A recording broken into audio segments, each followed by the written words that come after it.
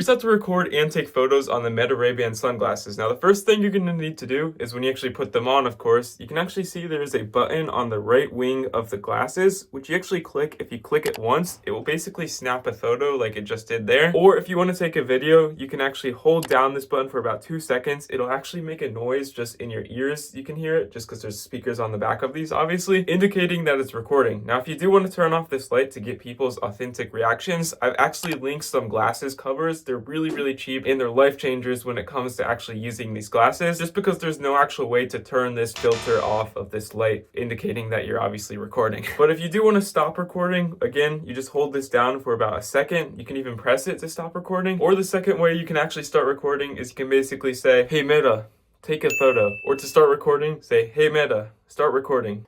And you can see right here, "Hey Meta, stop recording."